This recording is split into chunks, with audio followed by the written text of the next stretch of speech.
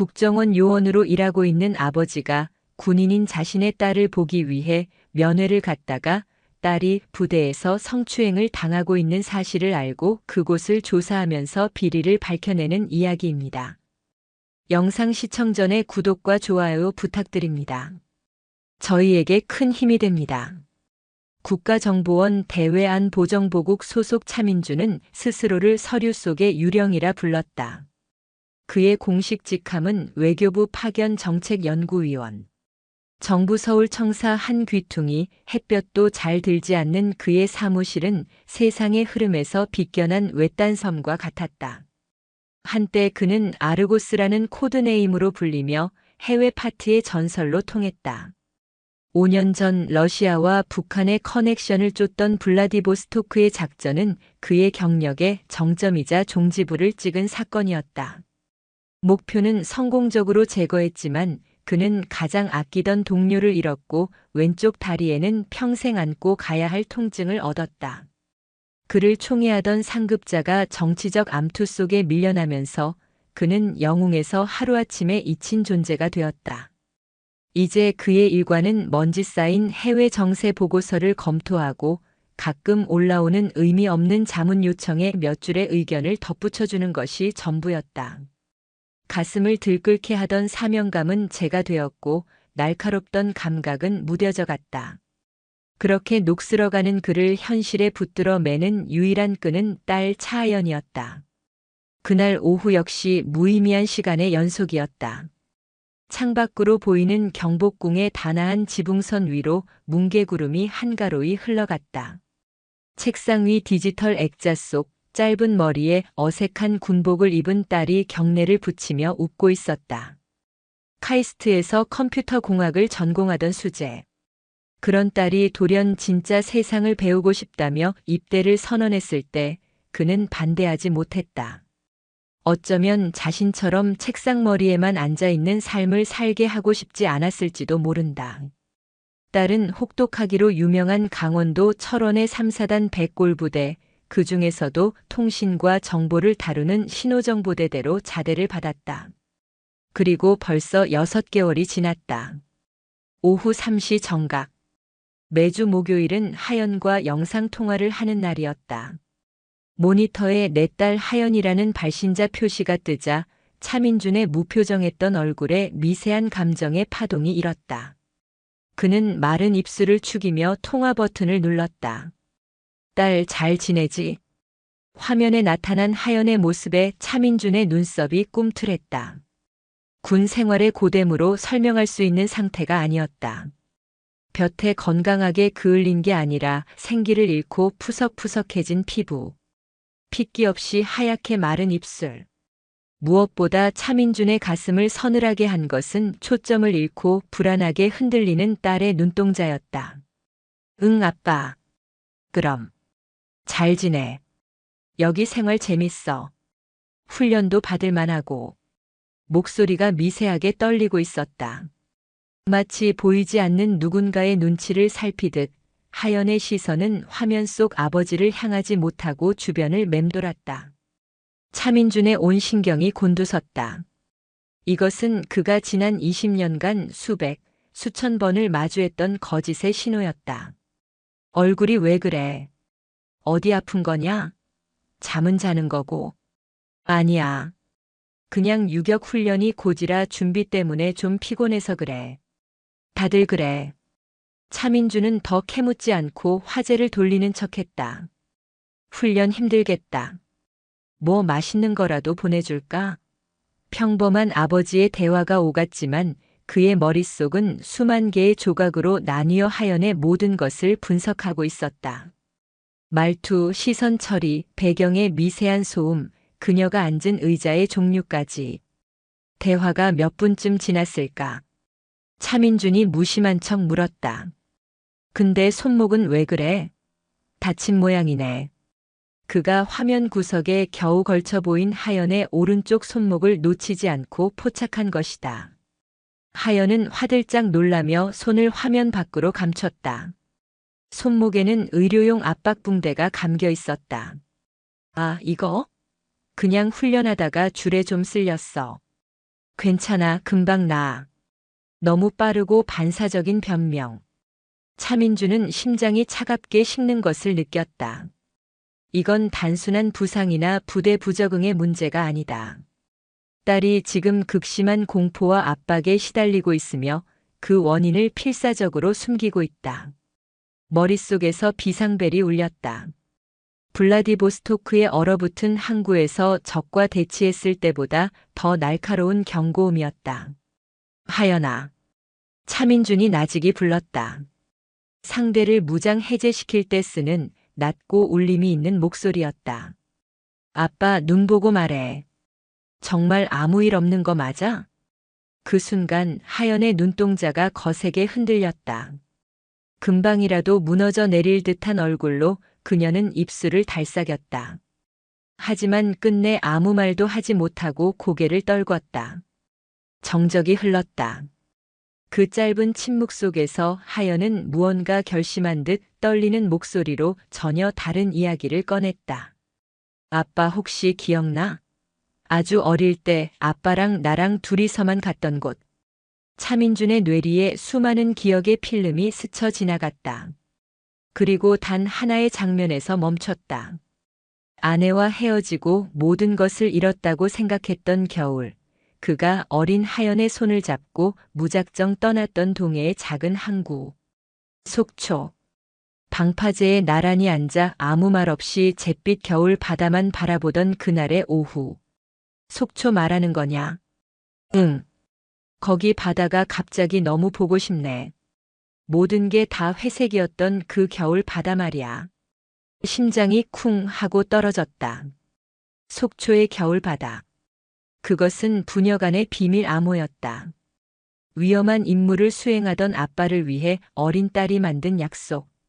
아빠, 내가 만약에 너무너무 무서운데 아무한테도 말할 수 없는 일이 생기면 속초의 겨울 바다가 보고 싶다고 할게. 그러면 세상에서 제일 빨리 와서 나를 구해줘야 해. 유치한 놀이라 웃어넘겼던 그 약속.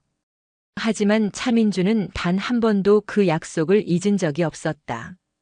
그것은 딸이 보낼 수 있는 마지막 구조 요청이자 모든 것이 무너졌다는 절망의 신호였다. 알겠다. 차민준이 대답했다. 그의 목소리에는 감정의 흔적이 사라져 있었다. 강철처럼 차갑고 단단할 뿐이었다. 아빠가 곧 갈게. 그 말을 끝으로 통화는 갑자기 끊겼다. 하연이 끄는 것이 아니었다. 누군가 강제로 종료시킨 것처럼 화면은 검게 변했다. 차민주는 한동안 멍하니 꺼진 모니터만 응시했다. 사무실 안의 시간이 멈췄다. 3년간 잠자고 있던 그의 모든 감각이 깨어나고 있었다. 서랍 가장 깊숙한 곳에 잠자던 위성전화와 초소형 녹음기, 만년필형 마취총의 감촉이 손끝에 되살아나는 듯 했다. 그는 천천히 자리에서 일어나 창가로 걸어갔다. 평화롭던 경복궁의 풍경이 더 이상 눈에 들어오지 않았다. 그의 시선은 이미 지도 위의 한 점, 강원도 철원에 얼어붙은 땅을 향해 있었다. 그곳에 그의 세상 전부가 갇혀 있었다. 철원 3사단 신호정보대대. 나직이 은조리는 그의 눈에 5년 전 블라디보스토크의 눈보라 속에서 번뜩이던 그 서늘한 빛이 되살아나고 있었다. 그는 책상으로 돌아와 휴가 신청서를 작성했다. 사유는 일신상의 사유. 결제 여부는 중요하지 않았다. 외투를 걸치고 사무실을 나서는 그의 걸음에는 지난 3년간의 무기력함 대신 사냥감을 포착한 맹수의 고요하고 위험한 에너지가 감돌았다. 그는 지금 유배지를 떠나 그의 전장으로 돌아가는 길이었다. 딸을 삼키려는 정체 모를 어둠을 파헤치기 위해 잠자던 괴물이 마침내 눈을 뜨고 있었다. 다음 날 새벽 차민준의 차는 동이 트기 전에 어둠을 가르며 철원으로 향했다. 민간인 통제선이 가까워질수록 길가의 풍경은 살풍경해졌다. 도로를 오가는 차량의 절반은 군용 트럭이었고 길가의 상점들은 온통 군인 할인 문구를 내걸고 있었다. 도시 전체가 거대한 군사 요새를 위해 존재하는 듯 보이지 않는 긴장감이 공기를 채우고 있었다. 차민주는 철원군 갈마릅의 변두리에 위치한 낡은 모텔에 방을 잡았다. 그는 방에 들어서자마자 커튼부터 치고 가방에서 각종 장비를 꺼내 테이블 위에 늘어놓았다. 도청 탐지기, 주파수 스캐너, 고성능 디지털 카메라. 평범한 아버지가 딸을 만나러 온 차림이 아니었다. 어젯밤 그는 국정원 내부망이 아닌 별도의 보안 채널을 통해 몇 가지 기초 정보를 확인했다. 차하연 이병은 현재 보호관심병사로 지정되어 있었다. 공식적인 사유는 부대 부적응 및 자해 시도. 손목의 붕대는 자해 흔적을 감추기 위한 처치라고 기록되어 있었다. 차민주는 코웃음을 쳤다. 하연은 누구보다 강한 아이였다. 누군가 의도적으로 하연을 문제 있는 아이로 만들고 있는 것이 분명했다. 그는 먼저 정상적인 절차를 밟기로 했다. 걱정이 태산 같은 아버지의 모습으로 부대를 찾아가 현장의 분위기와 관련자들의 반응을 직접 살피기 위해서였다. 그는 가장 평범해 보이는 옷차림에 미리 사둔 프랜차이즈 치킨과 피자를 양손 가득 들고 신호정보대대 위병소 앞에 섰다. 면회 신청하고 왔습니다. 훈련병 차하연 압이 되는 사람입니다. 위병소에 연락을 받고 나온 것은 하연의 분대장이라는 이진우 중사였다. 다부진 체격에 서글서글한 인상이었지만 차민준을 대하는 그의 눈빛에는 감출 수 없는 경계심이 서려 있었다. 아버님, 먼 길 오셨습니다. 하연이가 아버님 오시면 무척 좋아할 겁니다. 우리 하연이 잘하고 있습니까? 어제 영상통화하는데 얼굴이 영 안 좋아 보여서 밤새 잠을 설쳤습니다. 아, 네. 아무래도 사회와 다른 환경이다 보니 처음에는 다들 조금씩 힘들어합니다. 저희 간부들이 신경 써서 살피고 있으니 너무 걱정 안 하셔도 됩니다. 완벽하게 준비된 모범 답안이었다. 하지만 그의 시선은 차민준의 눈을 교묘하게 피하고 있었다. 무언가 숨기거나 혹은 말하기를 두려워하는 자의 전형적인 모습이었다. 면회실로 들어선 하연의 모습은 어제보다 더 위축되어 있었다. 분대장 이 중사가 바로 옆자리에 배석한 탓에 하연은 아버지를 보고도 어색하게 고개만 숙였다. 하연아, 아빠 왔다. 너 좋아하는 피자 사왔는데 어서 먹어봐. 고맙습니다, 아버지. 어색한 침묵이 흘렀다. 이 중사의 감시하는 듯한 시선이 부녀 사이를 무겁게 짓눌렀다. 차민주는 아무것도 모르는 사람처럼 쾌활한 목소리로 말을 이었다. 그래도 우리 딸 군복 입으니까 아주 늠름하고 멋지네. 동기들하고는 친하게 지내고, 간부님들은 잘해주시고, 질문이 나올 때마다 하연의 어깨는 미세하게 움츠러들었고, 이 중사는 헛기침을 하며 대화에 끼어들었다. 그럼요, 아버님. 하연이가 워낙 착해서 동기들도 다 좋아합니다. 저희 간부들도 다 친동생처럼 생각하고요. 차민주는 속으로 칼을 갈면서도 겉으로는 인자한 미소를 유지했다. 그는 헤어질 시간이 되자 자리에서 일어나는 척하며 마지막 카드를 던졌다. 그는 하연을 가볍게 끌어안는 신용을 하며 누구도 들을 수 없는 작은 목소리로 속삭였다. 어릴 때 놀이 기억하지? 아빠한테 넘겨. 어릴 적 그는 하연에게 스파이 놀이라며 동전이나 쪽지를 상대방 모르게 건네는 기술을 가르쳐주곤 했다. 하연은 그의 품에서 거의 느껴지지 않을 정도로 작게 고개를 끄덕였다. 그리고 부녀가 마지막으로 악수를 나누는 순간 하연은 땀으로 축축한 작은 종이 조각을 그의 손바닥 안으로 감쪽같이 밀어넣었다. 이 중사의 시야를 완벽하게 벗어난 부녀의 완벽한 합작이었다. 부대를 빠져나온 차민주는 차에 오르자마자 떨리는 손으로 쪽지를 펼쳤다. 그곳에는 연필로 급하게 휘갈겨 쓴 듯한 한 줄의 문장이 있었다. 사수필 11문단 GOP 레퀴엠. 차민준의 눈이 번뜩였다. 레퀴엠. 진혼곡. 하연이 입대하기 전 그가 선물했던 카렐 차페크의 수필집 제목이었다. 속초의 겨울 바다가 구조 요청 신호였다면 이것은 구체적인 정보를 담은 좌표였다. 그는 즉시 모텔로 돌아와 노트북에 저장해둔 수필집의 텍스트 파일을 열었다. 네 번째 수필, 개와 고양이에 대하여. 그리고 그 수필의 11번째 문단. 그는 숨을 죽이고 해당 부분을 찾아 읽어 내려갔다. 그들은 보이지 않는 것을 본다. 우리가 맡지 못하는 냄새를 맡고 우리가 듣지 못하는 소리를 듣는다. 어쩌면 그들의 침묵은 우리가 감히 상상조차 할 수 없는 어떤 진실을 목격한 자의 서글픈 독백일지도 모른다.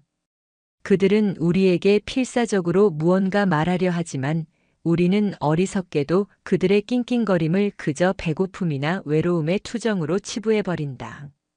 이것은 문학적 비유가 아니었다. 하연이 처한 상황에 대한 절박한 묘사였다. 보이지 않는 것을 보고 듣지 못하는 소리를 들었다. 그리고 그 진실을 알리려 했지만 주변 모두가 그녀를 부적응자의 투정으로 취급해버렸다. 그리고 GOP. 최전방 감시초소. 하연은 그곳에서 무언가를 목격한 것이 틀림없었다. 차민주는 다시 보안 채널을 열었다. 이번 상대는 국정원 내에서도 최고의 해킹 전문가로 통하는 그의 옛부하 코드네임 오라클이었다. 아르고스 오라클 활동 중인가? 오라클 팀장님. 3년 만에 호출이십니다. 아직 살아계셨군요. 아르고스 잡담은 나중에. 철원 3사단 신호정보대대. 차하연 이병 관련 자료가 필요하다. 의료 상담 기록 원본. 그리고 대대 통신망에 대한 실시간 감청을 준비해라. 오라클 팀장님, 군 내부망, 그것도 전방 사단에 대한 감청은 전쟁하자는 겁니다. 발각되면 저와 팀장님은 아르고스 내 딸이 거기 있다. 수분간 침묵이 흘렀다. 오라클 이 시간 드리겠습니다. 감청에 필요한 특정 키워드가 있습니까? 아르고스 차하연, 자해, 그리고 레퀴엠. 차민주는 통신을 끊고 창밖을 바라봤다. 땅거미가 내리는 철원의 하늘은 잿빛이었다. 거대한 철의 장막이 그의 딸을 가두고 있었다. 하지만 그는 알고 있었다. 아무리 견고한 장막이라도 아주 작은 균열만 있다면 무너뜨릴 수 있다는 것을. 그리고 그는 마침내 그 균열을 찾아낸 참이었다. 이제 그가 할 일은 그 균열을 파고들어 장막 전체를 찢어버리는 것뿐이었다. 밤이 깊어지자 철원에는 예고 없던 비가 내렸다. 창문을 때리는 빗소리는 긴장으로 가득 찬 모텔방의 공기를 더욱 무겁게 만들었다. 차민주는 전투를 앞둔 군인처럼 침묵 속에서 자신의 장비를 점검했다. 야간 투시경, 열화상 기능이 있는 소형 망원경, 그리고 통신 감청 장비까지. 테이블 위에 늘어놓인 검은색 장비들은 지난 3년간의 공백을 비웃듯 그의 손에 익숙하게 감겼다. 약속한 2시간이 지나자 오라클로부터 암호화된 메시지가 도착했다. 오라클 자료 확보했습니다. 그런데 이상합니다. 차 이병의 기록 파일들이 너무나 완벽합니다. 누군가 의도적으로 손을 댄 것처럼 원래부터 문제가 있는 병사라고 증명하려는 듯한 기록들입니다. 더 이상한 것은 지난 한 달간 부대 내 특정 GOP 인근에서 원인 불명의 비인가 통신 시도가 급증했습니다. 군사경찰이 조사했지만 기기 오작동으로 종결 처리됐습니다. GOP. 하연이 쪽지에 남긴 바로 그 장소였다. 아르고스 해당 GOP의 정확한 좌표와 주변 순찰조의 이동 경로, 근무 교대 시간표를 보내라. 오라클 팀장님, 설마 직접 가시려는 겁니까? 거긴 민통선 북쪽 미확인 지뢰 지대입니다. 아르고스 그래서 비가 오는 오늘 밤이 기회다. 차민준의 결심은 확고했다. 하연은 그곳에 무언가를 숨겨두었거나 혹은 그곳 자체가 그녀가 목격한 진실의 현장이었다. 아버지를 그 위험한 곳으로 이끌고 있는 것이었다. 그는 검은색 등산복으로 갈아입고 얼굴에 위장크림을 발랐다. 그의 움직임에는 3년의 공백이 느껴지지 않았다. 몸의 근육 하나하나가 과거 현장 요원 시절의 긴장감을 기억하고 있었다. 자정 무렵 차민주는 차를 민통선 인근 숲길에 버려두고 어둠 속으로 스며들었다. 오라클이 보내준 지도가 그의 머릿속에 완벽하게 각인되어 있었다. 쏟아지는 비는 그의 흔적을 지워주는 동시에 그의 체온을 무섭게 앗아가고 있었다. 빗물과 흙탕물을 뒤집어 쓴 채 그는 철책의 가장 취약한 지점으로 접근했다. 철책을 넘는 것은 그의 경력에 비하면 어린애 장난 수준이었다. 진짜 싸움은 지금부터였다. 지뢰밭. 한 걸음 한 걸음 온 신경을 발끝에 집중하며 나아갔다. 칠흑 같은 어둠 속에서 야간 투시경에 비친 세상은 온통 녹색의 기괴한 풍경이었다. 나뭇가지 하나 부러지는 소리에도 심장이 철렁 내려앉았다. 1시간이 넘는 사투 끝에 그는 마침내 목적지에 도착했다. 하연이 지목한 GOP에서 약 300m 떨어진 수풀이 우거진 작은 공터였다. 몸을 낮추고 주변을 샅샅이 훑었지만 물리적인 증거는 아무것도 없었다. 내가 무언가 놓치고 있다. 하연이는 컴퓨터 공학도다. 물리적인 증거를 남길 아이가 아니야. 그 순간 그는 깨달았다. 증거는 땅속이 아니라 공기 중에 있을 것이다. 그는 가방에서 노트북과 소형 안테나를 꺼내 군의 공식 통신망 외에 떠다니는 모든 유령 신호를 잡아내는 스캐닝 프로그램을 실행시켰다. 그리고 마침내 찾아냈다. 일반 장비로는 노이즈로 분류될 만큼 아주 미세하고 불규칙한 블루투스 신호. 발신지는 GOP 철책에 설치된 감시 센서 중 하나였다. 하연이 그 센서의 백도어를 이용해 아주 작은 용량의 비밀 저장 공간을 만들어둔 것이었다. 차민주는 즉시 접속을 시도했다. 암호를 묻는 창이 떴다. 그는 망설임 없이 속초 의겨울바다라고 입력했다. 그러자 암호화된 파일 하나가 모습을 드러냈다. 그는 즉시 파일을 자신의 보안 저장 장치로 다운로드했다. 이제 철수할 시간이었다. 그가 장비를 챙겨 몸을 일으키려던 바로 그 순간 열화상 망원경을 통해 GOP 초소 방향을 무심코 바라보던 그의 눈이 그 자리에 고정되었다. 초소의 감시를 피해 한 인물이 어둠 속에서 나타났다. 판초 우위를 입고 있었지만 차민주는 그의 계급장을 식별할 수 있었다. 신호정보대대의 총책임자인 박성철 중령이었다. 잠시 후 비무장지대 쪽에서 또 다른 인물이 나타나 박중령과 접선했다. 박중령이 작은 물건을 남자에게 건넸고 남자는 두툼한 봉투를 박중령에게 건넸다. 의심할 여지 없는 비밀 거래 현장이었다. 차민주는 숨을 죽이고 그 장면을 고스란히 녹화했다. 거래를 마친 민간인은 다시 어둠 속으로 사라졌고 박중령은 아무 일 없었다는 듯 초소로 복귀했다. 심장이 미친 듯이 뛰었다. 이것이었을까? 그의 딸이 목격한 진실이 단순한 부조리가 아니었다. 대대장급 지휘관이 연루된 반역 행위. 하연은 이 현장을 목격했고 그 때문에 관심병사라는 낙인이 찍힌 채 감시당하고 있었던 것이다. 그는 신속하게 현장을 빠져나왔다. 모텔 방으로 돌아온 그는 젖은 옷도 갈아입지 않은 채 노트북을 열고 다운로드한 파일을 열었다. 압축 파일의 암호는 레퀴엠이었다. 압축을 풀자 3개의 파일이 나타났다. 첫 번째는 음성 기록 파일. 두 번째는 특정 서버의 접속 기록이 담긴 로그 파일. 세 번째는 짧은 텍스트 파일이었다. 그는 망설임 없이 세 번째 텍스트 파일을 먼저 열었다. 하연이 남긴 메모였다. 아빠. 만약 아빠가 이걸 읽고 있다면 나는 이미 잘못됐을지도 몰라. 하지만 아빠라면 분명 여기까지 와줄 거라고 믿었어. 우연히 부대 서버에서 박성철 대대장님이 외부의 불법 서버와 접속하는 기록을 발견했어. 기밀 데이터를 유출하는 게 분명해. 내가 이 사실을 이진우 중사님께 알렸지만 오히려 날 정신 이상자로 몰아갔어. 그리고 그날 밤 대대장님이 날 찾아와 협박했어. 저항하다 손목을 다쳤고 아빠, 난 무서워.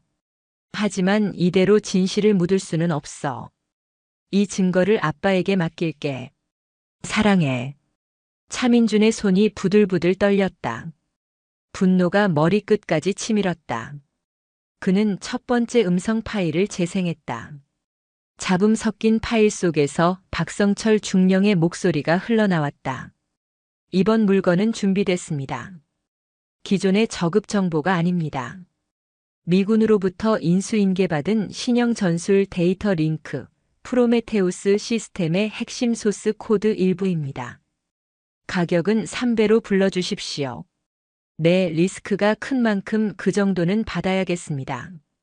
프로메테우스. 한미연합사의 차세대 지휘 통제 시스템으로 아직 실전 배치도 되지 않은 1급 군사기밀. 만약 이것이 적국에 넘어간다면 대한민국의 안보 시스템 전체가 마비될 수도 있는 끔찍한 사태였다. 이제 이것은 단순한 기밀 유출 사건이 아니었다. 국가의 명운을 건 전쟁이었다. 차민준은 녹화된 접선 영상과 하연이 남긴 증거 파일들을 자신의 보안 서버로 전송했다. 그리고 위성전화를 들었다. 국정원장 직속 알파팀의 팀장이자 그가 유일하게 신뢰하는 옛 동료의 번호였다. 나 아르고스다. 지금부터 내 말 잘 들어. 철원에서 전쟁이 시작됐다. 수화기 너머로 짧은 침묵이 흘렀다. 필요한 게 뭐지? 공식 기록 없이 움직일 수 있는 최고의 그림자들로 팀 하나를 보내줘. 그리고 국방부 감찰실과 안보지원사 모두 믿지 마. 내부에 배신자가 있다. 차민준은 전화를 끊고 창밖을 응시했다. 비는 그쳤지만 어둠은 더욱 짙어져 있었다. 이제 그는 더 이상 혼자가 아니었다. 하지만 이 싸움의 선봉에는 결국 자신이 서야 했다. 딸을 구하고 조국을 배신한 자들을 심판하기 위해 그는 기꺼이 그림자 속으로 걸어 들어가 가장 날카로운 칼이 될 준비를 마쳤다. 철원의 차가운 새벽 공기 속에서 거대한 복수의 서막이 오르고 있었다. 차민준이 통화를 마친 지 정확히 6시간 후. 동이 트기 시작한 철원의 하늘은 빗물이 씻어낸 듯 섬뜩할 정도로 맑았다. 그가 머무는 모텔의 주차장으로 소리 없이 들어선 검은색 카니발은 마치 처음부터 그 자리에 있었던 것처럼 풍경에 녹아들었다. 차에서 내린 것은 평범한 인상의 중년 남성 2명과 20대 후반으로 보이는 여성 1명. 등산복 차림의 그들은 이른 새벽 산행에 나선 관광객처럼 보였지만 그들의 눈빛과 발걸음에는 일반인에게서는 찾아볼 수 없는 고도로 통제된 긴장감이 서려 있었다. 그들은 차민준이 묵는 203호실 문을 노크했다. 약속된 신호, 짧게 2번, 길게 1번. 차민준이 문을 열자 선두에 섰던 남자가 가볍게 목례를 했다. 팀장 서지원입니다. 원장님 직속 알파팀 소속입니다. 그의 뒤에 선 젊은 남자는 통신 및 해킹 전문가인 에코 김민수였고 여성은 심리 분석 및 침투 전문인 카멜레온 한서진이었다. 그들이 바로 국정원 내에서도 존재 자체가 비밀인 국가 비상사태에만 투입되는 그림자 팀이었다. 방 안에 들어선 그들은 일사불란하게 움직였다. 서지원 팀장이 차민준과 마주 앉아 상황을 브리핑받는 동안 김민수는 가방에서 꺼낸 장비로 방 전체의 도청 여부를 다시 확인하고 외부와의 완벽한 보안 채널을 구축하기 시작했다. 한서진은 창가에 서서 커튼 틈으로 주변 지형과 동태를 살폈다. 불필요한 말 한마디 없이 각자의 역할이 정해진 기계처럼 움직였다. 상황은 들었습니다. 전술 데이터 링크 프로메테우스의 소스 코드 유출. 사실이라면 이건 전쟁입니다, 선배님. 서지원은 차민준의 국정원 후배였지만 지금은 공적인 관계로 그를 대하고 있었다. 차민준은 밤새 정리한 자료들을 테이블 위에 펼쳐놓았다. 하연이 넘긴 음성 파일과 서버 접속 기록, 그리고 그가 직접 촬영한 박성철 중령의 접선 영상까지. 상대는 박성철 중령. 하지만 꼬리에 불과할 거다. 이 정도 거물급 정보를 빼돌리려면 군 상층부 혹은 국정원 내부의 비호 세력이 반드시 있어. 우리가 지금부터 상대해야 할 건 이 부대 하나가 아닐 수도 있다는 뜻이다. 차민준의 말에 서지원의 표정이 굳어졌다. 그래서 원장님께서 저희를 보내신 겁니다. 저희는 공식적으로 이 세상에 없는 팀입니다. 국방부도 안보지원사도 모르게 움직일 겁니다. 작전의 최우선 목표는 두 가지입니다. 첫째, 차하연 이병의 신변 확보 및 안전한 구출. 둘째, 프로메테우스 관련 정보의 추가 유출 차단 및 연루자 전원 색출. 그들의 작전 계획은 신속하고 대담했다. 먼저 한서진이 군인 가족 심리 상담 지원 프로그램 소속 민간 상담사로 위장하여 부대 내로 침투하기로 했다. 보호관심병사로 지정된 하연에게 접근할 가장 자연스러운 명분이었다.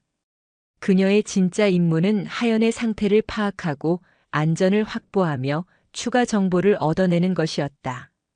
동시에 김민수는 모텔 방을 거점으로 부대 주변의 모든 통신을 감청하고 박성철 중령의 움직임을 24시간 추적하기 시작했다. 그는 이미 부대 인근의 민간 통신 중계기 몇 개를 장악한 상태였다. 박성철이 외부와 주고받는 모든 신호는 이제 그의 손바닥 안에 있었다. 차민준과 서지원 팀장은 외부에서 전체 작전을 지휘하며 박성철과 접선했던 민간인의 신원을 파악하는 데 주력하기로 했다. 차민준이 촬영한 영상의 화질은 좋지 않았지만 국정원의 안면인식 시스템과 데이터베이스를 총동원한다면 실마리를 찾을 수 있을 터였다. 가장 큰 변수는 차하연 이병입니다. 작전 계획을 검토하던 한서진이 입을 열었다. 현재 극심한 심리적 압박 상태에 놓여 있을 겁니다. 저희가 접근했을 때 오히려 경계심을 보이며 입을 닫아버릴 수도 있습니다. 최악의 경우 박성철이 그녀를 이용해 역으로 우리에게 함정을 팔 수도 있고요. 내 딸은 강한 아이요. 차민준이 단호하게 말했다.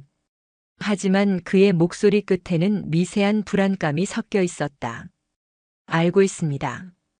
하지만 강한 사람일수록 한계에 부딪혔을 때 더 쉽게 무너질 수 있습니다. 제가 직접 만나보고 상태를 판단하겠습니다. 한서진의 말은 냉정했지만 현실적이었다. 작전은 즉시 개시되었다. 그날 오후 한국 국방상담복지센터에서 발급한 위조 신분증을 든 한서진이 신호정보대대를 찾았다. 그녀는 최근 스트레스 지수가 높아진 장병들을 위한 순회 상담을 명분으로 내세웠고 부대 측은 별다른 의심 없이 그녀의 출입을 허가했다. 특히 보호관심병사인 하연은 그녀의 첫 번째 상담 대상자로 자연스럽게 지정되었다. 부대 내 작은 상담실에서 마주한 하연은 차민준이 영상통화에서 봤던 것보다 훨씬 더 위태로워 보였다. 텅 빈 눈동자는 감정의 빛을 잃었고 굳게 담은 입술은 세상에 대한 불신으로 가득 차 있었다. 하연 씨, 반가워요.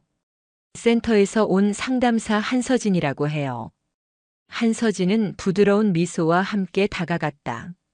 하지만 하연은 경계심을 풀지 않고 그녀를 쏘아볼 뿐이었다.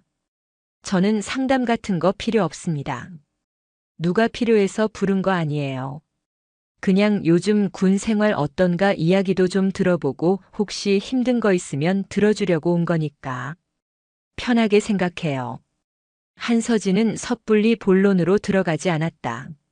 학교 생활, 친구 관계, 좋아하는 음악 같은 평범한 이야기들을 꺼내며 천천히 하연의 방어벽을 허물어갔다. 그러다 무심한 척 그녀가 손에 든 수필집을 가리켰다. 하연은 잠시 외출이 허락될 때마다 아버지가 선물한 레퀴엠을 손에서 놓지 않고 있었다. 카렐 차페크네요. 저도 참 좋아하는 작가인데. 특히 그 책은 문장이 참 아름답죠. 진실을 목격한 자의 서글픈 독백이라는 구절, 기억에 남던데. 그 순간 하연의 텅 비어있던 눈동자에 아주 잠깐 빛이 스쳤다. 한서진은 그 찰나의 변화를 놓치지 않았다. 그녀는 하연만이 알아볼 수 있도록 테이블 밑으로 자신의 손가락을 이용해 아주 작은 신호를 보냈다. 모스 부호였다. 시옷, 치읓, 이응, 기역, 이응, 비읍, 디귿 속초의 겨울바다. 하연의 몸이 그대로 굳었다. 믿을 수 없다는 듯 혹은 함정이 아닐까 의심하는 듯 그녀의 눈동자가 거세게 흔들렸다. 한서진은 다시 한번 이번에는 다른 신호를 보냈다. 이응, 비읍, 지읒, 기역, 비읍, 니은, 시옷, 리을 아버지가 보낸 사람. 하연의 눈에서 끝내 눈물 한 방울이 뚝 하고 떨어졌다. 지난 몇 주간 그녀를 짓누르던 거대한 공포와 외로움이 한꺼번에 터져나온 순간이었다. 그녀는 소리내어 울지 못하고 입술을 깨물며 고개를 숙였다. 한서진은 조용히 다가가 그녀의 어깨를 감싸 안았다. 괜찮아. 이제 다 괜찮을 거야. 우리가 왔어. 그 같은 시간 모텔에 남은 차민준과 서지원은 박성철과 접선했던 남자의 신원을 파악하는 데 성공했다. 그는 전직 국정원 요원이었다. 차민준과 같은 팀에서 일한 적도 있는 해외 공작 파트의 베테랑. 하지만 5년 전 블라디보스토크 작전 실패의 책임을 지고 불명예 퇴직한 인물이었다. 이름은 강태석. 그는 퇴직 후 러시아와 중국을 오가며 무기 중개 브로커로 활동하고 있었다. 강태석 그 자식이었습니다. 서지원의 얼굴이 굳었다. 블라디보스토크에서 우리가 놓친 놈입니다. 당시 러시아 마피아에게 우리 작전 정보를 흘린 내부 배신자가 있다는 심증은 있었지만 증거를 찾지 못했습니다. 그게 강태석이었던 겁니다. 퍼즐 조각이 맞춰지고 있었다. 5년 전의 배신이 지금 철원에서 재현되고 있는 것이었다. 강태석은 단순한 브로커가 아니었다. 그는 박성철 중령을 조종하는 상부와 현장을 연결하는 중간 고리이자 이 모든 배신의 시작점일 가능성이 높았다. 그 자식 지금 어디에 있는지 추적 가능합니까? 차민준의 목소리에 살기가 어렸다. 어젯밤 접선 직후 인천공항을 통해 블라디보스토크로 출국했습니다. 이미 우리 손을 떠났습니다. 차민준은 주먹을 불끈 쥐었다. 하지만 서지원은 침착했다. 괜찮습니다. 뱀의 머리는 아직 이 땅에 있습니다. 그리고 우리는 이제 뱀의 꼬리가 아니라 목을 노릴 겁니다. 서지원의 눈이 빛났다. 그림자 팀의 본격적인 사냥이 시작되고 있었다. 그들은 더 이상 방어하지 않았다. 이제부터는 반격이었다. 한서진과의 만남 이후 하연은 겉으로는 변한 것이 없었지만 내면은 완전히 달라져 있었다. 누군가 자신을 구하러 왔다는 사실만으로도 그녀는 다시 일어설 힘을 얻었다. 한서진은 매일 상담을 핑계로 하연을 만났고 두 사람은 부대 내 감시를 피해 교묘하게 정보를 교환했다. 하연은 자신이 알고 있는 모든 것을 털어놓았다.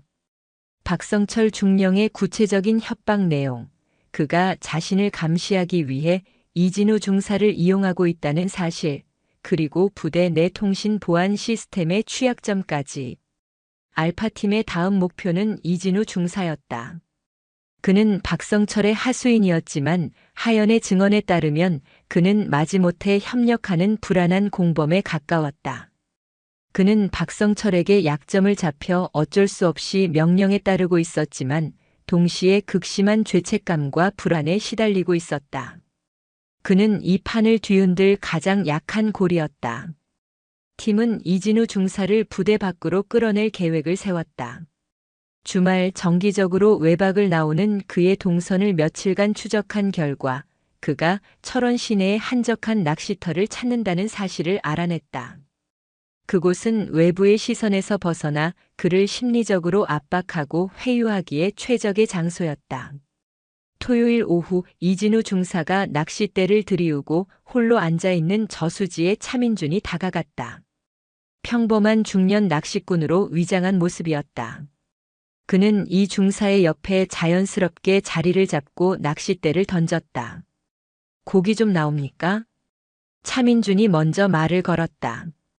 이 중사는 힐끗 그를 쳐다볼 뿐 별다른 대꾸를 하지 않았다. 그의 얼굴에는 근심이 가득했다. 요즘 나라가 시끄러워서 그런가 통입질이 없네요. 하긴 물고기라고 마음이 편하겠습니까? 위에서 썩은 떡밥만 던져주는데.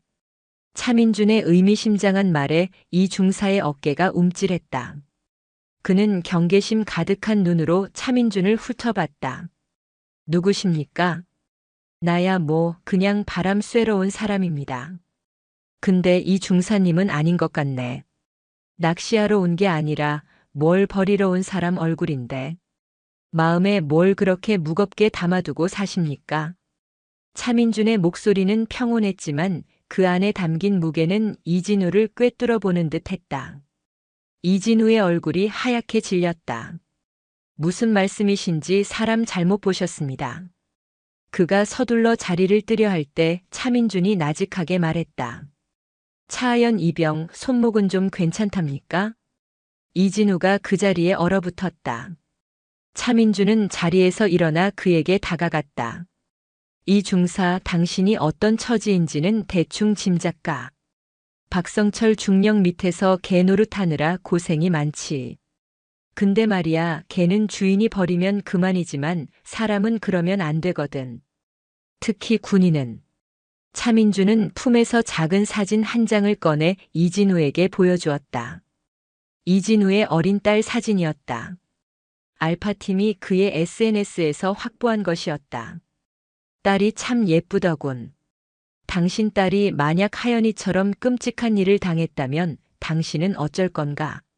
그때도 나는 명령에 따랐을 뿐이다라고 변명할 건가?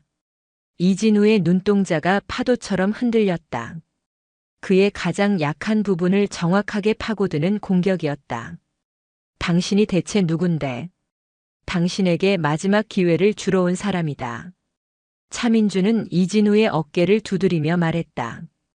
박성철은 곧 끝난다. 그 배에 계속 타고 있을 건지 아니면 지금이라도 갈아탈 건지는 당신이 선택해. 당신 딸에게 부끄럽지 않은 아버지가 될 마지막 기회일 수도 있어. 차민준은 그 말을 남기고 홀연히 사라졌다. 이진우는 한동안 멍하니 저수지만을 바라보았다. 그의 손안에는 차민준이 남기고 간 연락처가 적힌 작은 메모지가 들려 있었다. 그의 내면에서 무언가 무너져 내리고 있었다. 그날 밤 이진우는 뜬 눈으로 밤을 새웠다. 머릿속에서는 차민준의 목소리와 박성철의 협박, 그리고 딸의 얼굴이 뒤엉켜 그를 괴롭혔다. 다음 날 부대로 복귀한 그의 모습은 동료들이 보기에도 위태로웠다. 그는 평소처럼 하연을 감시했지만 그의 눈빛에는 이전과 다른 고뇌와 갈등이 담겨 있었다. 그리고 마침내 그는 결심했다. 그날 저녁 점호가 끝난 후 그는 감시 카메라가 없는 부대 내 후미진 창고에서 몰래 차민준에게 전화를 걸었다. 여보세요. 결심이 섰나 보군. 제가 어떻게 하면 됩니까? 이진우의 목소리는 거의 울먹임에 가까웠다. 당신이 아는 모든 것을 말해. 박성철의 약점, 다음 접선 계획, 공범 전부 다. 박중령님은 부대 내 군사경찰대장과도 연결되어 있습니다. 제가 배신한 걸 알면 전 살아남지 못할 겁니다. 당신과 당신 가족의 안전은 우리가 책임진다. 약속하지. 이진우는 모든 것을 털어놓기 시작했다. 박성철이 자신을 협박한 내용, 부대 내 군사경찰대장이 그의 비리를 묵인해주는 대가로 상납을 받아온 사실, 그리고 가장 결정적으로 다음 주에 있을 한미연합훈련을 기점으로 프로메테우스의 나머지 데이터 전부를 넘기기로 한 계획까지. 정보는 즉시 알파팀에게 공유되었다. 이제 판은 완전히 기울었다. 그들은 적의 내부에서 가장 확실한 정보원을 확보한 것이다. 이진우 중사를 포섭한 알파팀의 작전은 새로운 국면으로 접어들었다. 그들은 더 이상 박성철의 뒤를 쫓는 것이 아니라 그가 스스로 걸어 들어올 덫을 놓기 시작했다. 작전명은 레퀴엠. 모든 것을 끝낼 진혼곡이었다. 작전의 핵심은 박성철과 강태석, 그리고 그 배후 세력까지 한 번에 엮어 넣을 결정적인 증거를 확보하는 것이었다. 그러기 위해서는 그들이 프로메테우스의 나머지 데이터를 거래하는 현장을 덮쳐야만 했다. 이진우의 정보에 따르면 거래는 다음 주 수요일 한미연합훈련의 혼란을 틈타 철원 북방에 폐쇄된 군용 터널에서 이루어질 예정이었다. 알파팀은 이진우를 이용해 역정보를 흘렸다. 국정원 감찰팀에서 군 기밀 유출 관련 내사를 시작했으며 곧 3사단에 대한 대대적인 감사가 있을 것이라는 소문을 퍼뜨린 것이다. 동시에 김민수는 박성철의 개인 컴퓨터에 교묘하게 접근하여 그가 강태석과 주고받는 암호화된 메시지를 감시하기 시작했다. 덫에 걸린 쥐처럼 박성철은 극도의 불안 증세를 보이기 시작했다. 그는 자신의 비리가 탈로 날지 모른다는 공포에 휩싸였다. 그의 불안감은 고스란히 하연에게 향했다. 그는 하연이 이 모든 일의 시작점이라고 확신하고 있었다.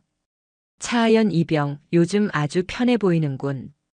어느 날 저녁 박성철은 복도에서 마주친 하연에게 섬뜩한 목소리로 말했다. 내 아비가 뭘 믿고 너한테 힘을 실어주는지는 모르겠다만 줄을 잘못 잡았어. 이 바닥은 말이야, 너무 많이 알면 다치는 법이다. 내 손목 하나로 끝나지 않을 수도 있다는 걸 명심해. 하연은 두려웠지만 이제 그녀 뒤에는 아버지가 그리고 알파팀이 있었다. 그녀는 지지 않고 박성철을 똑바로 쳐다보며 말했다. 저는 제가 본 진실을 말했을 뿐입니다. 하연의 당당한 태도는 오히려 박성철의 의심을 증폭시켰다. 그는 하연이 자신을 위협할 결정적인 증거를 더 가지고 있거나 외부의 누군가와 계속 접촉하고 있다고 믿게 되었다. 그의 편집증적인 의심은 알파팀이 설계한 시나리오대로 정확하게 흘러가고 있었다. 거래일 이틀 전 박성철은 이진우에게 비밀스러운 지시를 내렸다. 이 중사 차하연 그년을 좀 손봐야겠다. 다음 주 훈련 때 전술 훈련장시 구역으로 유인해. 사고처럼 보이게 처리할 거다. 산사태든 장비 오작동이든 방법은 상관없어. 이진우는 등골이 서늘해지는 것을 느꼈지만 태어난 척 명령에 복종했다. 그리고 그 내용은 즉시 차민준에게 보고되었다. 올가미는 좁혀지고 있었다. 박성철은 이제 하연을 제거하고 마지막 거래를 성공시킨 뒤 해외로 도피할 계획을 세우고 있었다. 그는 자신이 완벽한 계획을 실행하고 있다고 믿었지만 그의 모든 움직임은 거미줄처럼 쳐진 알파팀의 감시망 안에서 놀아나고 있을 뿐이었다. 하지만 차민준의 마음은 타들어가고 있었다. 작전을 위해 딸을 미끼로 써야 한다는 사실이 그를 미치게 했다.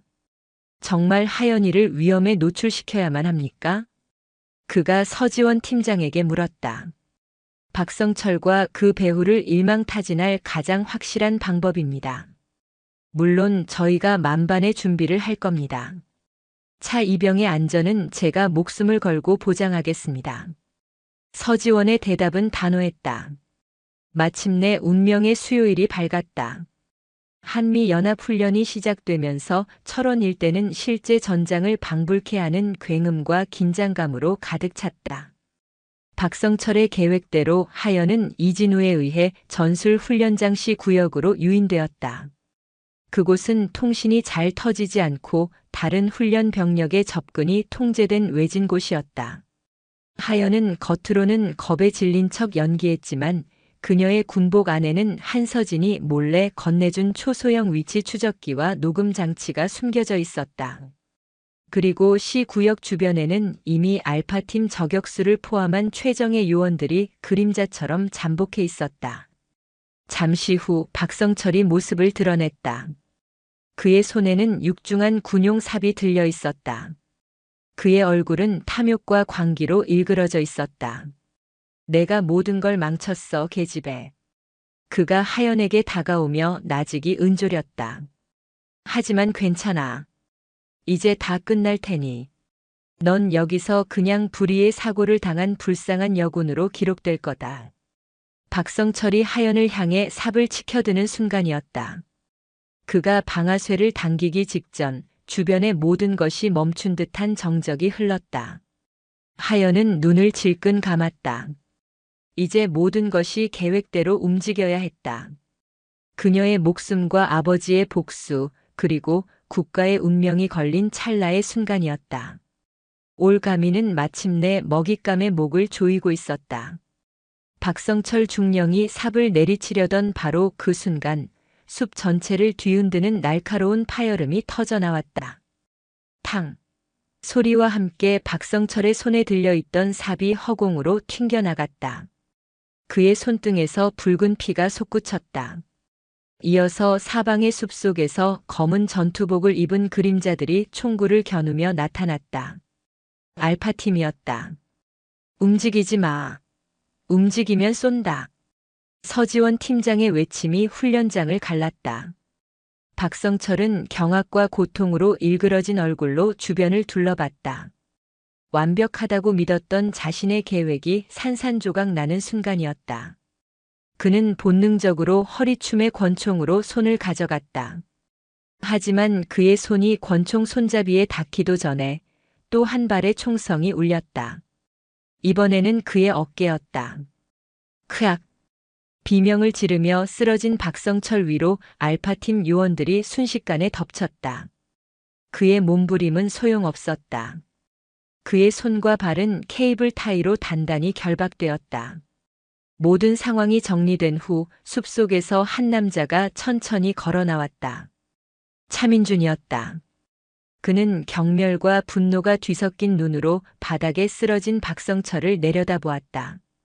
그리고는 하연에게 다가가 떨리는 손으로 딸의 어깨를 감쌌다. 괜찮으냐? 응, 아빠. 난 괜찮아. 하연은 담담하게 대답했지만 그녀의 목소리는 미세하게 떨리고 있었다. 공포를 억누르고 있던 긴장이 풀리면서 그녀의 몸이 가늘게 떨리기 시작했다. 차민주는 아무 말 없이 딸을 힘껏 안아주었다. 같은 시각 김민수 요원과 또 다른 알파팀 요원들은 박성철의 사무실과 관사를 급습했다. 그들은 박성철이 미처 파기하지 못한 각종 서류와 컴퓨터 하드디스크, 그리고 그의 비밀 계좌 내역이 담긴 장부를 확보했다. 그 안에는 박성철에게 뇌물을 상납하고 그의 비리를 묵인해 온 군사경찰대장을 포함한 내부 공모자들의 명단이 고스란히 들어있었다. 박성철의 신병이 확보되자마자 서지원 팀장은 곧장 다음 타겟을 향해 움직였다. 이진우 중사의 정보를 통해 파악한 거래 장소, 폐쇄된 군용 터널이었다. 그곳에서는 강태석의 수하들이 프로메테우스의 마지막 데이터를 넘겨받기 위해 기다리고 있었다. 알파팀은 터널의 양쪽 입구를 완벽하게 봉쇄하고 내부로 진입했다. 터널 안은 한낮에도 칠흑처럼 어두웠다. 요원들은 야간 투시경의 의지에 소리 없이 전진했다. 터널 중앙부 약속 장소에는 민간인으로 위장한 2명의 남성이 초조하게 담배를 피우며 누군가를 기다리고 있었다. 그들은 강태석이 국내에 심어둔 행동조였다. 모두 꼼짝 마. 국정원이다. 사방에서 터져나오는 외침과 함께 강력한 섬광탄이 터졌다. 행동조들은 눈과 귀가 마비된 채 혼란에 빠졌다. 그들이 상황을 파악하고 품속의 무기로 손을 뻗었을 때는 이미 차가운 총구가 그들의 머리를 겨누고 난 후였다. 저항은 없었다. 작전은 완벽하게 성공했다.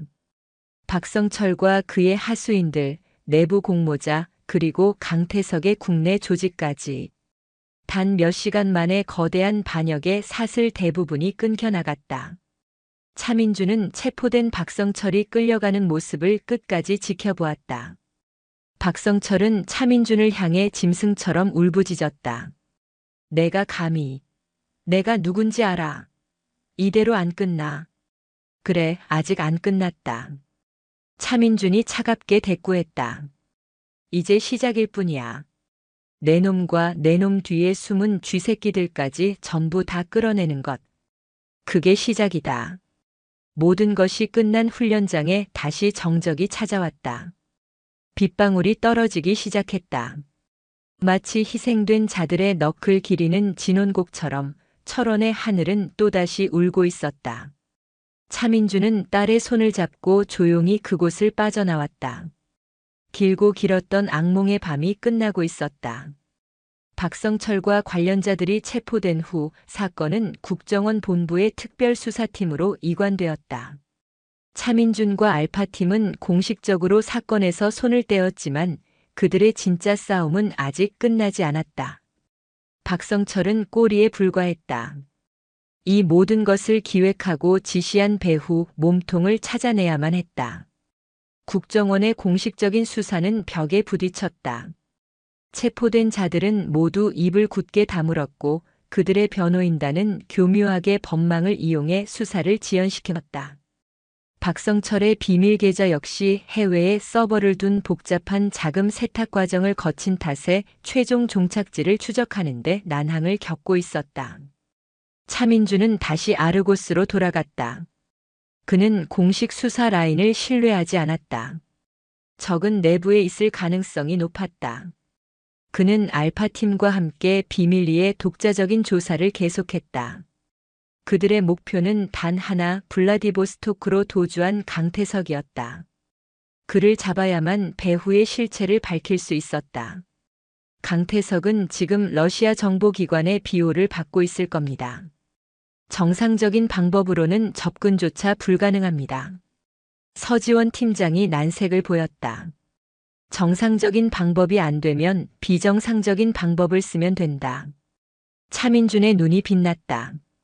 그는 5년 전 블라디보스토크 작전 당시 구축해 두었던 현지의 정보망을 다시 가동하기 시작했다. 그 중에는 러시아 마피아 내부의 정보원도 포함되어 있었다. 돈이라면 무엇이든 하는 그들에게 강태석의 소재를 파악하는 것은 어려운 일이 아니었다. 며칠 후 정보원으로부터 연락이 왔다. 강태석이 블라디보스토크 시내의 한 고급 호텔 카지노에 머물고 있다는 정보였다. 그는 러시아 정보기관 요원들의 삼엄한 경호를 받고 있었다. 차민준과 서지원은 즉시 블라디보스토크행 비행기에 몸을 실었다. 공식적인 출장이 아니었다. 휴가를 낸 개인적인 여행으로 위장했다. 그들의 손에는 외교관 여권이 아닌 제3국의 위조 여권이 들려 있었다. 이것은 실패하면 국가가 그들의 존재를 부인할 수밖에 없는 완벽한 블랙 옵스 블랙 아프스였다. 블라디보스토크에 도착한 그들은 현지에서 합류한 알파팀 요원 2명과 함께 작전을 계획했다. 강태석을 호텔 밖으로 유인하여 납치, 제3국으로 빼돌려 신문한다는 대담한 계획이었다. 작전은 강태석이 가장 신뢰하는 마피아 중간 보스를 이용해 그를 꿰어내는 것으로 시작되었다. 차민준의 정보원은 거액의 돈을 받고 그 역할을 수락했다. 새로운 무기 거래건을 미끼로 마피아 중간 보스는 강태석에게 경호 인력 없이 단독으로 만날 것을 제안했다. 의심이 많던 강태석이었지만 거대한 이권이 걸린 문제 앞에서는 경계심이 무뎌졌다. 약속 장소는 블라디보스토크 항구가 내려다 보이는 한적한 폐공장이었다. 강태석이 혼자 모습을 드러내는 순간 주변에 잠복해 있던 차민준과 알파팀이 덮쳤다. 강태석은 전직 국정원 요원답게 격렬하게 저항했지만 수적 열세를 극복할 수는 없었다. 그는 순식간에 제압되어 차량에 실렸다. 안전가옥으로 끌려온 강태석은 처음에는 오만하게 굴었다. 이게 무슨 짓인지 알아? 너희는 이제 국제 미아가 될 거다. 러시아 애들이 너희를 가만둘 것 같아? 그건 내 걱정이나 하시지. 차민주는 그의 앞에 앉아 차갑게 말했다. 내 배후가 누군지 불어. 그럼 목숨은 살려주지. 내가 미쳤냐? 말하는 순간 나는 죽어. 말 안 해도 죽어. 여기서. 아주 고통스럽게. 차민준의 눈은 진심이었다. 살기가 방안을 가득 채웠다. 하지만 강태석은 입을 열지 않았다. 그는 자신의 배후가 가진 힘을 믿고 있었다. 결국 차민주는 마지막 카드를 꺼내들었다. 그는 강태석의 가족 사진을 그의 눈앞에 던졌다. 내 아내와 딸이 지금 파리에서 아주 잘 지내고 있더군. 근데 파리라는 도시가 의외로 테러가 자주 일어나서 말이야. 사람이 언제 어디서 어떻게 죽을지 아무도 모르는 곳이지. 강태석의 얼굴이 하얗게 질렸다. 가장 비열한 협박이었지만 가장 효과적인 방법이었다. 한참을 침묵하던 강태석의 입에서 마침내 믿을 수 없는 이름이 흘러나왔다. 권영진 차장님. 권영진. 국정원 대외안보정보 담당 2차장. 차민준을 한직으로 밀어내고 5년 전 블라디보스토크 작전 실패 이후 국정원의 실세로 떠오른 인물이었다. 그는 누구보다 애국과 안보를 부르짖던 존경받는 리더의 표상이었다. 모든 퍼즐이 맞춰지는 순간이었다. 권영진은 자신의 권력을 유지하고 부를 축적하기 위해 국가의 안보를 팔아넘기는 끔찍한 배신을 저질러 왔던 것이다. 5년 전 작전 실패 역시 그가 자신의 비리를 덮기 위해 의도적으로 정보를 유출하여 차민준의 팀을 사지로 몰아넣은 결과였다. 차민준은 허탈한 웃음을 터뜨렸다. 그가 평생을 바쳐 지키려 했던 조직이 가장 높은 곳에서부터 썩어 문드러지고 있었다. 강태석의 자백을 확보한 차민준은 즉시 국정원장에게 직보했다. 국정원 창설 이래 최악의 스캔들이었다. 원장은 극도의 충격에 빠졌지만 결단은 신속했다. 그는 차민준에게 권영진 차장에 대한 체포 작전의 전권을 위임했다. 국정원 내부의 그 누구도 믿을 수 없는 상황이었기에 오직 알파팀만이 움직일 수 있었다. 서울로 복귀한 차민준과 알파팀은 권영진의 일거수일투족을 감시하며 그의 모든 비리 증거를 수집하기 시작했다. 강태석의 자백과 박성철의 장부 그리고 권영진의 통화 내역과 자금 흐름을 교차 분석하자 그의 거대한 범죄 네트워크가 모습을 드러냈다. 그는 군과 방산업체, 심지어 정치권까지 손을 뻗치고 있었다. 마침내 심판의 날이 밝았다. 그날은 국회 정보위원회가 열리는 날이었다. 권영진 차장은 국정원을 대표하여 국회에 출석할 예정이었다. 차민준은 가장 극적인 순간에 가장 공개적인 장소에서 그의 가면을 벗기기로 결심했다. 정보위원회가 시작되고 권영진 차장은 단상에 올라 대한민국의 안보 현실에 대해 열변을 토하고 있었다. 그의 위험 있는 모습에 여야 국회의원들은 존경의 눈빛을 보냈다.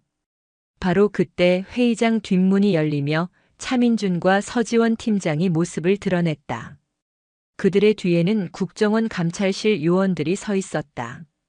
지금 뭐 하는 겁니까? 여긴 신성한 국회 회의장입니다.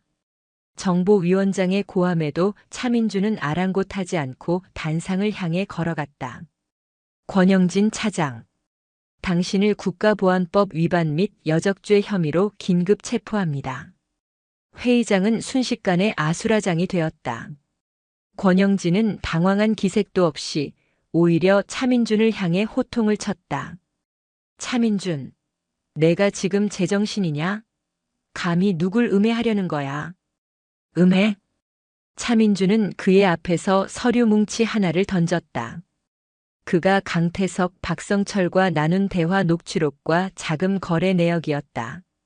블라디보스토크에서 우리가 왜 실패했는지, 내 동료가 왜 죽어야 했는지 이제야 알겠더군. 당신의 더러운 욕심 때문에 수많은 사람들이 피를 흘렸어. 차민준의 말과 함께 회의장의 대형 스크린에 강태석이 모든 것을 자백하는 영상이 재생되기 시작했다. 권영진의 얼굴이 하얗게 질렸다. 그가 자랑하던 포커페이스가 무너져 내리는 순간이었다. 이건 모함이야. 조작된 거라고. 그의 마지막 발악은 허공에 흩어졌다. 감찰실 요원들이 그의 양팔을 붙잡았다. 한때 국가 안보의 상징이었던 인물은 초라한 범죄자로 전락하여 국회 회의장에서 질질 끌려나갔다. 그가 끌려가며 차민준을 향해 던진 저주 섞인 눈빛을 차민준은 피하지 않고 똑바로 마주했다. 그날 저녁 대한민국은 발칵 뒤집혔다. 국정원 차장의 간첩 행위라는 전대미문의 사건에 모든 뉴스가 도배되었다. 국민들은 충격과 분노에 휩싸였다. 사건의 중심에 선 차민준은 다시 세간의 주목을 받았다. 잊혔던 영웅의 귀환. 하지만 그는 스포트라이트를 뒤로하고 조용히 자신의 자리로 돌아갔다. 그가 원했던 것은 명예나 보상이 아니었다. 더러워진 조국의 명예를 바로 세우고 딸에게 부끄럽지 않은 아버지가 되는 것, 그것뿐이었다. 몇 달의 시간이 흘렀다. 권영진과 그 일당은 재판에 넘겨져 모두 법의 엄정한 심판을 받았다. 국정원과 군은 대대적인 개혁의 칼바람을 맞았다. 많은 이들이 옷을 벗었고 새로운 인물들로 채워졌다. 차민준은 모든 소용돌이가 끝난 후 다시 정부 서울 청사의 낡은 사무실로 돌아왔다. 그는 영웅 대접도 승진도 모두 거절했다. 그는 여전히 서류 속의 유령으로 남기를 원했다. 하지만 이제 그의 시간은 더 이상 멈춰 있지 않았다. 그의 책상 위에는 국정원장이 직접 보낸 진짜 보고서들이 쌓여가고 있었다. 그는 다시 그림자 속에서 보이지 않는 곳에서 나라를 지키는 자신의 일을 시작했다. 가장 큰 변화는 차하연에게 찾아왔다.